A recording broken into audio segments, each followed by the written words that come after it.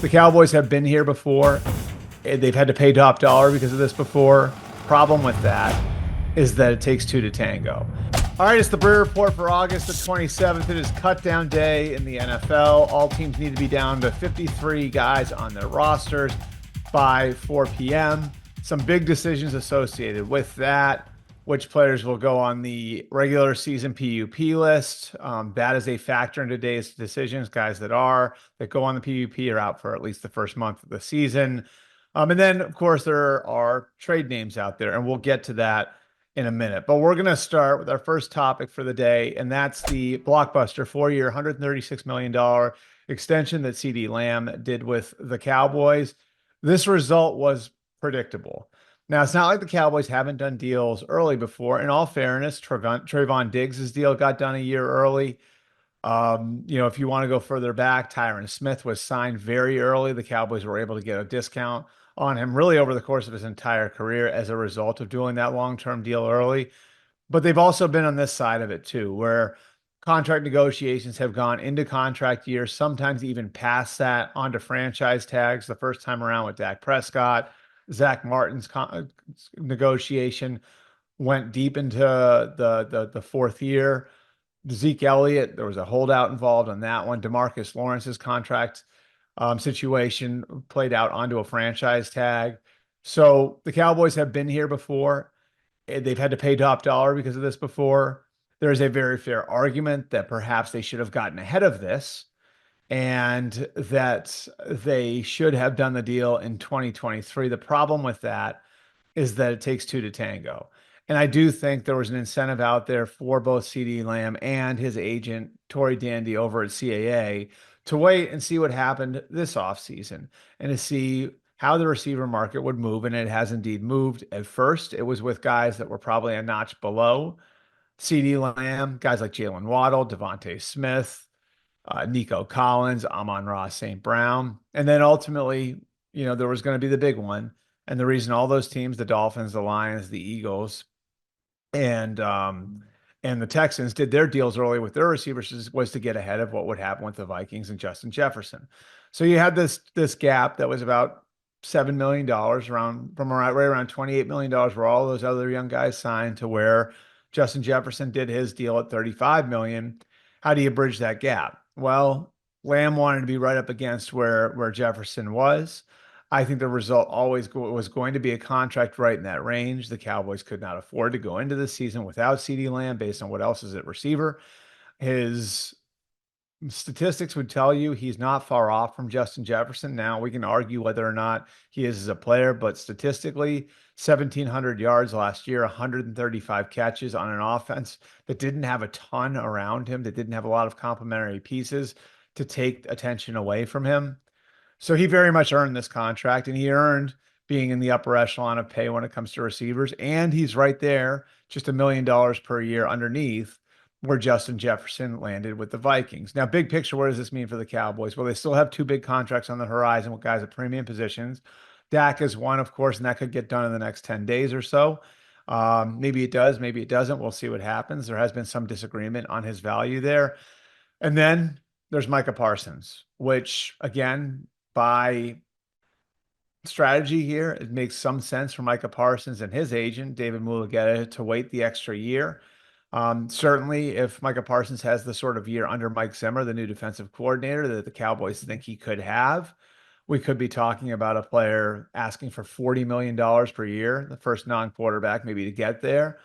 Will he get it? We'll see. Could he ask for it? Sure. If he has the kind of year we all think he could have, would that be justified? It certainly could be for the Cowboys. And that's raised the conversation about the Cowboys structure and how they're set up and whether or not Jerry Jones should be the GM. And Jerry talked to my buddy Clarence Hill, who just moved over from the Fort Worth Star-Telegram to the new All-City site in Dallas, and basically defended the decision to name himself general manager back in 1989 and says that there's no plans for things to be set up any other way. I don't think that on paper is a problem. And I'll say that because if you think about what a general manager's role is to put good players in the team, is to build the best roster, right? Like that's how most people see the general manager role. Very few teams over the last 20 years have had better rosters than the Cowboys had. This is going back to the end of the Bill Parcells era. They've consistently fielded one of the most talented rosters in football. They've consistently been among the best drafting teams in football. They've found multiple quarterbacks over that time, and Tony Romo and Dak Prescott, who've been long-term answers for them at the position. They've done, just from a roster standpoint, everything you'd want. They're also not the only organization that has it set up this way. The Bengals have been set up this way for a long time. The owner, Mike Brown, there has carried the general manager title in the past. They have a guy like the Cowboys have in Duke Tobin that runs their personnel. For the Cowboys, it's Will McClay, who's one of the best in the business. They have people to run the cap the same way the Cowboys have Todd Williams to run their cap. So the Bengals setup isn't all that different, and they've fielded very talented teams, and they've been a good team that's been to a Super Bowl very, very recently. Then there's the Patriots. The Patriots, on principle, haven't named a general manager. Why? Well, because the Kraft family believes that a general manager is someone who oversees the entire organization. And they've always viewed it as we're the ones that oversee the entire organization. So they haven't given that title, but they've had people in that role. Scott Pioli won 3 Super Bowls in that role. Nick Caserio won 3 Super Bowls in that role.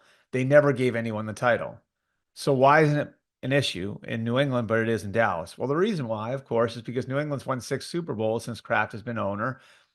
The Cowboys won three, and then the general manager title, Jerry Jones's power within the organization, became an issue right around the time the divorce with Jimmy Johnson happened. And it has been an issue since, and they haven't won a Super Bowl since. So, do I think that the Cowboys could be structured a little bit differently? Sure. Can you question the owner's role in day-to-day operations? Sure. Do I think Jerry wants to win as bad as any owner in the league? Yes. Do I think he's invested in the team? Look at how the star players that I mentioned have been paid over the years. They paid at the top of the market to keep guys at premium positions. Have they done the best job of hiring coaches? I think the answer to that would probably be no over the years.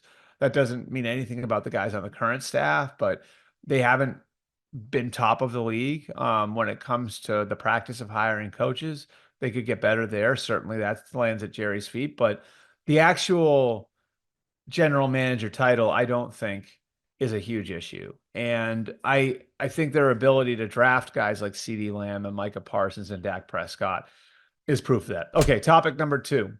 What's going to happen with the receiver market now that CeeDee Lamb is signed? And what could it mean for somebody like, let's throw the name out there, Jamar Chase? Well, as it stands right now, the Justin Jefferson deal is no longer an outlier. And we can now look at adjustments made to AJ Brown's contract in Philadelphia, where he got money moved forward and has a $32 million new money average. Now, there's some games you play with that, but he got a raise. Tyreek Hill got a bump in what he's making and will make $30 million a year on his revised deal. This creates an argument for Jamar Chase to ask for 34, 35, even $36 million per year. And to understand where Jamar Chase stands on this, you have to go back and you have to look at the history of the negotiation. There was really not much negotiation for all the spring and then most of the summer. And, part of the reason why is because of where Jamar Chase's head is at on this. He, of course, played at LSU with Justin Jefferson. He and Justin Jefferson are incredibly close. So he was able to keep tabs on that negotiation very intently. And he knew where that was, and he knew it was in his best interest to wait and see what Justin Jefferson got, the same way CeeDee Lamb waited to see what Justin Jefferson got before really making a move on doing a deal. So after Justin Jefferson's deal gets done, you've got this huge gap again between Justin Jefferson and the rest of the receiver market. So where does Jamar Chase fall in that mix? Jamar Chase, of course, is trying to do a deal with 2 years left on his rookie contract, not one. Justin Jefferson had 1 year left. CeeDee Lamb had 1 year left. Is he justified in asking for something in the mid-30s? You could have made the argument no 48 hours ago. It's much harder to make that argument now because CeeDee Lamb is there, because of the impact that Jamar Chase has had on his team, because of what he means to Joe Burrow, because of what he'll mean going forward with the likelihood that they'll let T. Higgins go after this year. He is the guy going forward for the Bengals. He will be a Bengal for a long time. I deeply believe that. The question is how you find a way to make that happen. And to the Bengals' credit, last year, they were able to get something historic done with Joe Burrow right before the season. I would not rule out the Bengals making a run at getting something done with Jamar Chase before the season starts. They open their season against New England on the Sunday of week one. And again, like I think the the CeeDee Lamb deal doesn't help the Bengals, but it does help in getting the it does help in coloring the market and creating a situation where you know where the market is and it simplifies things. So it doesn't help the Bengals just as far as maybe what they wanted to spend on Jamar Chase, but it does simplify things, and I think that that can work to help get a deal done. Okay, finally, topic number three, the cut down is today. I think the trade market is a little less active than it's been in the past. The names you hear out there are less high profile in the past. And I think one of the main reasons why is because teams are more aggressive and the trade market is more free and open earlier in the offseason. So when there are guys who aren't going to be on your team or guys that you view as expendable, you may be trading them in March or close to the draft in April rather than carrying them into camp and having them on the roster and then trading them right before the cut down. That said, there are still things you can take away from the cut down. And I want to focus on one thing in Denver that I think is very interesting. So Sean Payton has told a lot of people over the last couple of months how excited he is about the rookie class he has. Bo Nix, of course, is going to be their starting quarterback, but it's not just Bo Nix, it's the depth of the class. When I talked to him about it earlier in the month, he compared that class to his 2006 class in New Orleans, which was absolutely loaded. You remember Reggie Bush was in that class, Marcus Colston was in that class, Roman Harper was in that class. It was a group of players that Zach Strief, it was a group of players that played a lot of football for a lot of years for the Saints and helped form the core of the team that will win the Super Bowl in '09. In 17, they did it again. And that class was beyond loaded. That was Ryan Ramczyk, Marshawn Lattimore, Marcus Williams, Alvin Kamara, Alex Anzalone, Trey Hendrickson, guys who have played great football, guys who, to a man, like all those guys I named, are still in the league, and this is going to be year 8 for all of those guys. He thinks the 24 class in Denver can be like the '06 class was in New Orleans, that sort of kickstarted his program, like the 2017 class was, that sort of revived the program and got them back to a championship level. And I think some of their action over the course of the last couple of days is backing up what Sean Payton is saying.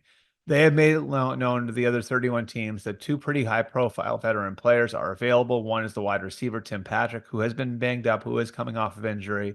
The other is veteran running back Samaje Perine. Both those guys are well liked, well respected in the building. Both those guys have been key pieces in the past for the Broncos and elsewhere. And both those guys are going to get cut if they aren't traded by 4 o'clock today. So how does that relate to the 24 draft class? Well, part of the reason why they feel comfortable trading or cutting Tim Patrick is because of what they've seen from their 4th-round receiver, Troy Franklin, who's coming from Oregon with Bo Nix, and then 7th-round receiver, Devon Vele. Those two guys have impressed in training camp to the point where they should be ready to contribute at some point this year, which gives them the flexibility to move Tim Patrick. And then at running back, of course, you've got Javonte Williams as your starting running back, and they feel good about where he's at.